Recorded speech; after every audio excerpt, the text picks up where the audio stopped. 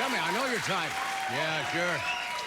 I know your type. You're good at the foreplay, but how will you be after we consummate the monologue? That's what I'm interested in. You're on a good mood tonight. Thank you for coming. Well. Get a watering can, will you? When does that thing start to bloom, or does it? I mean, I'm just featuring the russet tones of fall. You sound good tonight, and it's always nice on a Friday because last night's audience, I think, was influenced by Supreme Court nominee Clarence Thomas. It's not that they didn't like the material, it's just that they felt it was wrong to give an opinion about it. So here we are tonight. You know, no, come on, no. We may need it later. Save it. Audiences are always great in September, you know? There's something in the air. Nitrogen oxide, carbon monoxide. Now, because it is autumn, you mentioned, the social season has truly started in Southern California, in Los Angeles. Dress is much more formal. Out here now, in the social season, people actually turn their baseball caps around to the front and lace up their Nikes. That's the formal attire. Good night. I know what it is. You're afraid because it is Friday the 13th. Friday the 13th. You see, Mayor Bradley's in a little bit of trouble. He proclaimed today, and he's getting some flack for some of the organizations, like the National Organization. He declared today Freddy Krueger Day in Los Angeles. Now, isn't that the guy who kills people? Yeah. Next week, Charles Manson, Thursday. Give me a break. Anyway, we're going to talk about, are you superstitious about anything? A little bit, yes. Like what? Well, going under a ladder. You still, really? Yeah, putting shoes on a table. Proposing, How about you? Proposing in parades? How about you? No, I don't have, we'll talk about that later. Californians, for example, little strange out here, have some very weird superstitions. They consider it bad luck if they see a black cat with a tan line.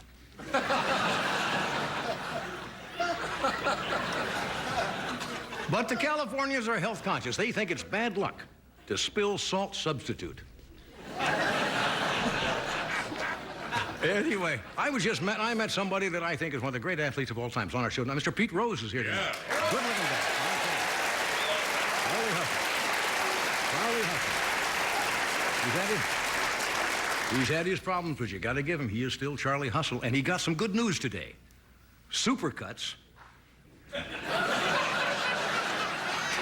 downgraded his hairdo from critical to stable. Much better. Okay. Well, let's see. I suppose you heard the news. Virginia Governor Douglas Wilder announced that he's going to run for president today. Why not? I think Friday the 13th is an appropriate day for a Democrat to announce his campaign, isn't it? Now, look. So far, the Democrats have Paul Tsongas, right? Jerry Brown, the former governor, says he may run. Now, Douglas Wilder announced today that he's going to run for president. I think Governor Wilder is pretty much of a realist. His campaign slogan is, sure, I'll lose, but what the hell? See, that's just not, doesn't seem like a good campaign slogan. But I think Wilder's strategy is to concede the early caucuses and then lose big in the later primaries.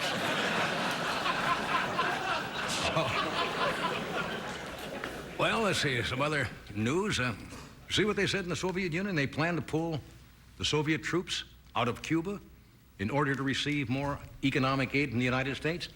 And I think they're really serious about severing ties with Cuba, because Gorbachev said today he wasn't even going to watch the reruns anymore of I Love Lucy. Desi Arnaz, you see, was Cuban.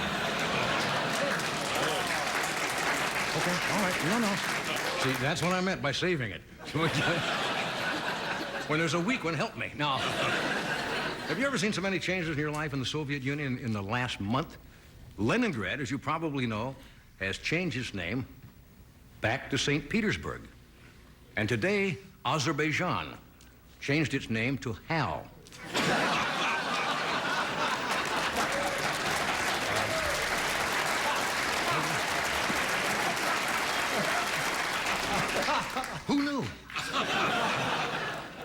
Now, some of the most fascinating television this week are the investigation or the interrogation of the nominee for the Supreme Court, Clarence Thomas. And he faced his third day of pretty tough questioning. Many senators are angry at Thomas for avoiding the issues. But isn't that how they got their jobs?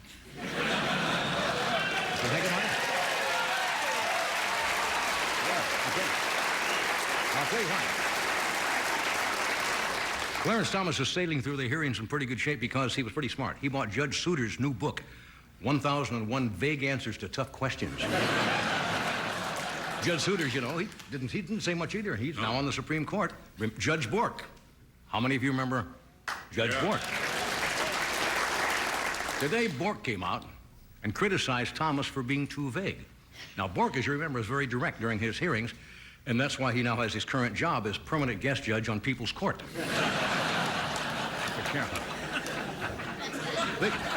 Look, how would you like to have to sit there and be interrogated by those people? Thomas is very skillful. He has been they couldn't even pin him down to comment on the choice of Regis and Kathy Lee to MC the Miss America pageant tomorrow night. They asked him about that. He said, I'm not going to prejudge it till I see the show. I'm talking to Regis and Kathy Lee tomorrow. Time for me to fire up the VCR. I don't want to miss that. Folks, it's Americana tomorrow night, the Miss America pageant. How can you not watch that? I've got one of those, what do you call those programming things? VCR Plus. Right. Where you just type in a code? Yeah. You know what the code is for the pageant? No. 362436.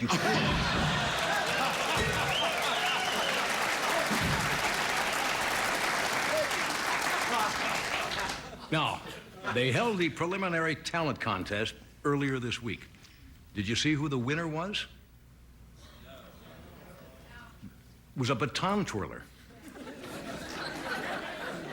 But she was disqualified when they found out that her mother hired a hitman to rub out the other 49 contestants.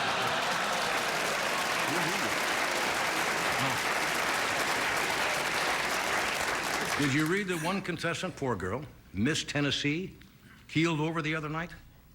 Apparently, she was on a starvation diet to get in shape for the contest. She went down from 134 pounds to 106 pounds in about 2 weeks. Yeah, to get ready for this contest, for God's sakes. And apparently, she was in the shower and she keeled over. And it was a very close call because by the time the paramedics got there, she'd almost stopped playing the accordion. Very close.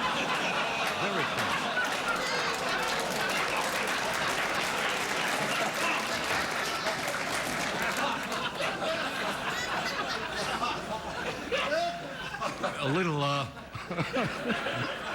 little legal news in the paper today. California prosecutors, according to the paper this morning, have filed a lawsuit against Life Alert. Now, I'm making no statements about Life Alert, but you know that company is famous for who was it, Mrs. Fletcher? Yeah. I've fallen and I can't get up. Right. They filed a suit claiming that they had misleading sales gimmicks. In fact, the old lady in the commercials was supposed to testify against them, but no one has picked her off the floor yet.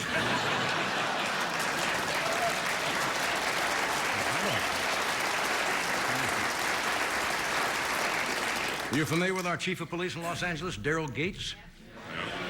He said today he may change his mind and not step down in the spring after all. Can you do that?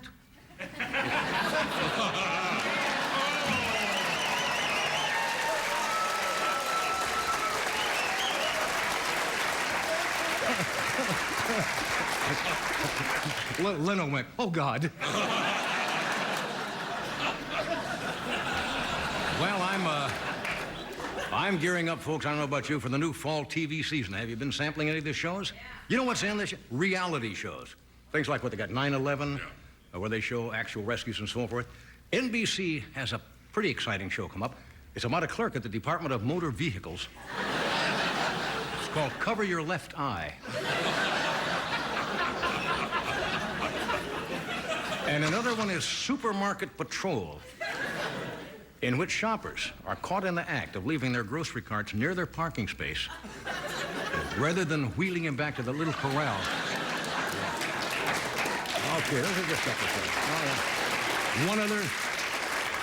One other little item, a famous birthday today, born in 1857, I'll bet you don't know who.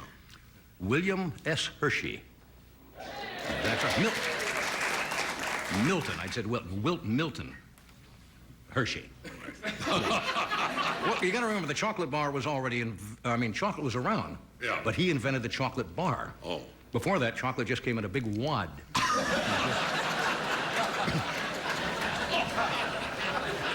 And people go and say, give me a wad of chocolate. You know. So he came up with the bar. Okay.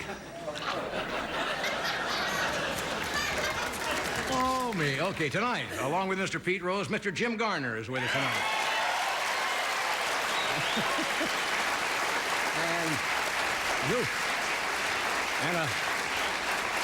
And a comedian making his very first appearance on the show, and luckily we got an audience like you tonight. Ron Schock is here tonight. So stay where you are. We'll be right back.